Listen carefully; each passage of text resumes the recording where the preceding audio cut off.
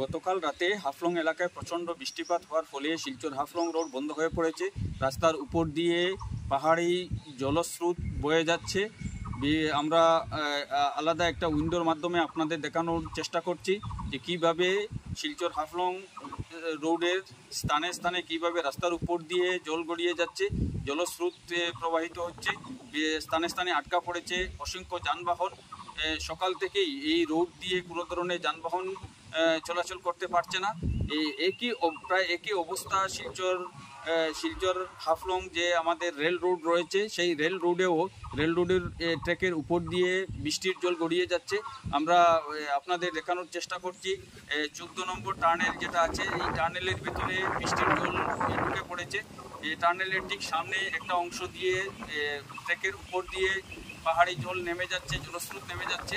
আমরা দুই দিকেই আমরা বর্তমানে যোগাযোগ বিচ্ছিন্ন হওয়ার পথে বরাক উপত্যকার সঙ্গে রেল এবং সড়ক পথে যে আমাদের কাছে যে শিলং রোড বন্ধ হওয়ার পর বা শিলং রোড বন্ধ হলে আমরা যে বিকল্প রাস্তা ব্যবহার করে থাকি, বরাক উপত্যকার মানুষ বা ত্রিপুরা মিজোরামের মানুষ যে রাস্তা দিয়ে আমরা গুয়াহাটি বা অন্য দেশের অন্যান্য স্থানের সঙ্গে যে যোগাযোগ ব্যবস্থা আমাদের সচল থাকে, সেই হাফলং রোডের উপরও এখন নেমে এসেছে। আমাদের কাছে যা খবর রয়েছে, গতকাল রাতে হাফলং এলাকায় প্রচণ্ড বৃষ্টিপাত এবং শিলাবৃষ্টি, ঝড় তুফান এসব হয়ে গিয়েছিল, যার ফলে প্রচণ্ড বৃষ্টিপাতের ফলে এই যে জলস্রোত নেমে এসেছে। এই জলস্রোত শিলচর হাফলং যে রোড আছে সেই রোডের উপর দিয়ে বয়ে যাচ্ছে, যার ফলে স্থানে স্থানে আটকা পড়েছে অসংখ্য যানবাহন। রাস্তা দিয়ে কোনোভাবেই যান চলাচল করতে পারছে না। আমরা ভয়ঙ্কর কিছু দৃশ্য আমাদের কাছে রয়েছে, আমরা আলাদা উইন্ডোর মাধ্যমে আপনাদেরকে সেই দৃশ্যগুলো দেখানোর চেষ্টা করছি। আমরা আপনাদের সামনে সেই দৃশ্যগুলো দেখানোর চেষ্টা করছি। আবারও বলছি, শিলচর হাফলং রোডের উপর দিয়ে জল বয়ে যাচ্ছে, বৃষ্টির জল বয়ে যাচ্ছে, যার ফলে আমাদের যে শিলচর হাফলং যে সড়ক যোগাযোগ ব্যবস্থা, সেই সড়ক যোগাযোগ ব্যবস্থা ইতিমধ্যে ভেঙে পড়েছে, যানবাহন চলাচল বন্ধ হয়ে পড়েছে। আর একইভাবে আমাদের রেল রোডের উপর দিয়েও পাহাড়ি জলস্রোত বয়ে যাচ্ছে।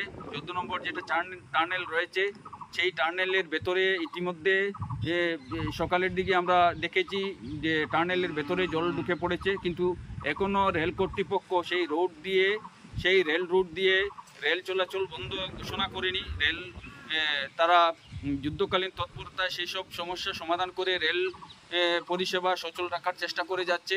গত কয়েকদিন থেকেই আমরা দেখেছি রেল কর্তৃপক্ষ, উত্তর পূর্ব সীমান্ত রেলওয়ের যারা আধিকারিকরা রয়েছেন, তারা হাফলংয়ের এইসব স্থানে সশরীরে উপস্থিত হয়ে তারা রেল যোগাযোগ ব্যবস্থাকে সচল রাখার জন্য চেষ্টা চালিয়ে যাচ্ছেন এবং ইতিমধ্যে তারা অনেকাংশে সফলও হয়েছেন। কিন্তু তারপরও আমাদের কাছে যা দৃশ্য রয়েছে, আমরা যেসব ফুটেজ পেয়েছি, সেই ফুটেজগুলো দেখে আশঙ্কা করা হচ্ছে যে কোনো মুহূর্তে রেলপথেও আমাদের যোগাযোগ বিচ্ছিন্ন হতে পারে, এমন আশঙ্কা করা হচ্ছে। ইতিমধ্যে আমরা দেখেছি যে শিলং যে রোড আছে, আমাদের 6 নম্বর যে জাতীয় সড়ক আছে, সেই জাতীয় সড়কেরও অবস্থা খুব একটা ভালো নেই। গত পরশু দিন আমরা দেখেছি যে এখানে ল্যান্ডস্লাইড হওয়ার ফলে বেশ কয়েক ঘন্টা, প্রায় 12 থেকে 15 ঘন্টা এই শিলং রোডটা বন্ধ ছিল, যার ফলে হাজার মানুষ দুর্ভোগের শিকার হয়েছিলেন। এবার হাফলং রোডের উপরও নেমে এসেছে সেই একই ধরনের প্রায় একই ধরনের অচল অবস্থা, যার ফলে এই হাফলং রোডের দিয়েও যান চলাচল বিঘ্নিত হয়ে পড়েছে। তো আমাদের চ্যানেল যারা এখনও সাবস্ক্রাইব করেননি, আমরা আপনাদের কাছে অনুরোধ করব এভাবে ভালো ভালো খবর পেতে আমাদের চ্যানেলকে সাবস্ক্রাইব করবেন এবং আমাদের ইউটিউবে আমাদের চ্যানেলকে সাবস্ক্রাইব করবেন এবং ফেসবুকে আমাদের পেজকে ফলো করে রাখবেন, যাতে আমরা আপনাদেরকে এ ধরনের ভালো ভালো খবর দিতে পারি। ধন্যবাদ।